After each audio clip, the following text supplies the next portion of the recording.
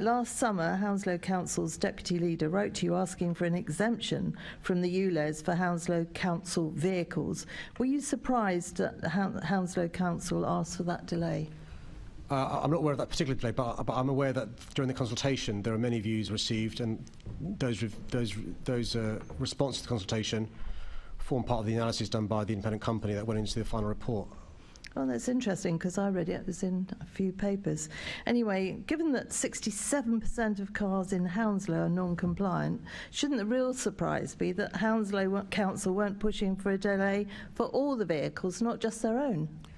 I'm not sure about the compliance figures in Hounslow or what they are now, but as I've said in answer to a previous question, I understand genuine concerns people may have, and that's why I'd encourage them to check whether their vehicle is compliant. If it's not compliant, whether they're eligible for the scrappage scheme that we've set out without any support from the government.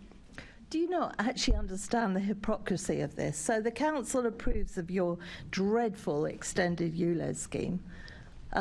It asks you for exemption for itself, but thinks that their own residents should be paying it. Do you not see the hypocrisy in that?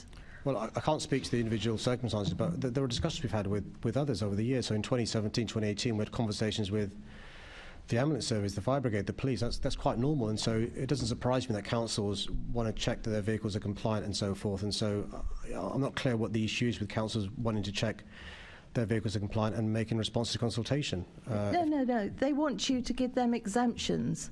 They basically, Hounslow Council, I think they're run by Labour, they have asked you for exemptions for their council vehicles.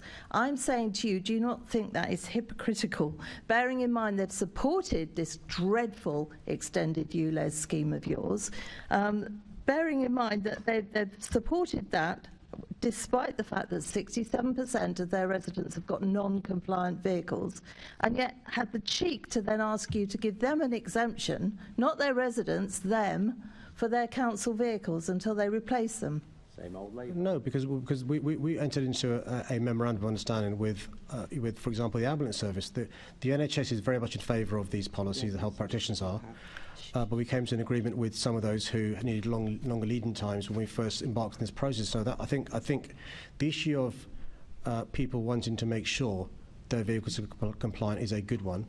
We're trying to make sure we bring in the ULEZ this August all across London, and councils during the consultation will not unreasonably put in responses. I'm not sure what the criticism is they're putting in response to consultation. Well, this perhaps reflects why I said we don't think you're a capable mayor. If you don't understand the difference between the ambulance service and a council who are put in there by their residents, they're not standing up for their residents who've got 67% of non-compliance. No, they're looking after themselves and asking for exemptions for themselves, the council, not their residents. Do you not see that in any way as being wrong? Well, they probably aren't eligible for a scrappage scheme, I suspect, and the residents, and businesses and charities are. You obviously don't see it or understand it. Thank you. Thank you, Chair.